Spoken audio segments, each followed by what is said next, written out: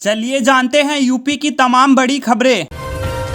UP में कांवड़ यात्रा हो या मुहर्रम, नई परंपरा की अनुमति नहीं, मुख्यमंत्री योगी ने दिए सख्त निर्देश। मुख्यमंत्री योगी आदित्यनाथ ने कहा कि कांवड़ यात्रा हो या मुहर्रम, सभी की आस्था का सम्मान किया जाए, लेकिन नई परंपरा की अनुमति नहीं दी जाएगी। उन्होंने कहा कि 22 जुलाई से पवित्र श्रावण मास का प्रारंभ हो रहा है। इस अवधि में श्रावणी शिवरात्रि, नाग पंचमी और रक्षाबंधन का पर्व मनाया जाएगा। परंपरागत कांवड़ यात्रा निकलेगी, इसलिए पिछले वर्षों में हुई दुर्घटनाओं से सबक लेते हुए इस बार निर्धारित आवाज में ही डीजे बजाने की अनुमति दी जाए और उसकी ऊंचाई भी ज्यादा न हो। मुख्यमंत्री ने रविवार को अपने सरकारी आवास पर अधिकारियों के साथ बैठक में कहा कि 7 से 9 जुलाई तक जगन्नाथ रथ यात्रा, 7 व 8 से 17-18 जुलाई तक मुहर्रम और 21 जुलाई को गुरु पूर्णिमा का पावन अवसर है, इसलिए सभी संबंधित विभाग इसकी तैयारियां समय से कर लें।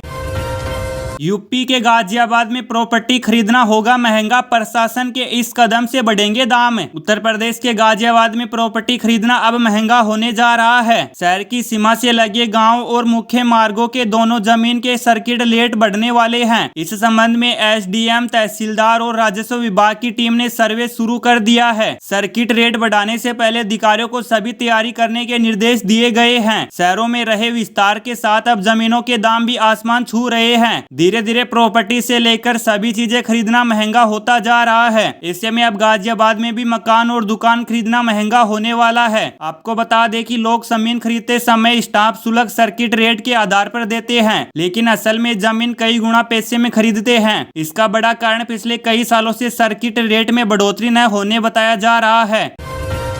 यूपी में 1 जुलाई से वन महोत्सव का आयोजन कराएगी योगी सरकार, लोगों से की पेड़ लगाने की अपील। उत्तर भारत ने गर्मी से सभी को त्रस्त कर रखा था। बढ़ती गर्मी एकमात्र निदान पौधारोपण है। योगी सरकार आज 1 जुलाई से वन महोत्सव का आयोजन करने जा रही है। यह महोत्सव 7 जुलाई तक चलेगा। इस दौरान एक तरफ विरासत वृक्षों के संरक्षण पर सरकार का जोर रहेगा, तो वहीं दूसरी तरफ पौधारोपण से संबंधित वन जागरूक अभियान भी चलाया जाएगा। इसके लिए सरकार प्रभात फेरी, नुक्कड़ नाटक समेत अनेक प्रतिभागियों के माध्यम से स्कूली बच्चों को भी पर्यावरण के प्रति जागरूक करेगी। इस कार्यक्रम को लेकर सीएम योगी आदित्यनाथ ने प्रदेश के लोगों से अपील की है कि वे 1 या 2 फलदार वृक्ष अवश्य लगाएं और उनका संरक्षण करें। इस कार्यक्रम के अंतर्गत कई जागरूकता के कार्यक्रम होंगे, जिसमें प्रभात फेरी, नुक्कड़ नाटक, चित्रकला, निबंध, वाद विवाद प्रतियोगिता व संगोष्ठी आदि का आयोजन स्कूली स्तर पर रहेगा।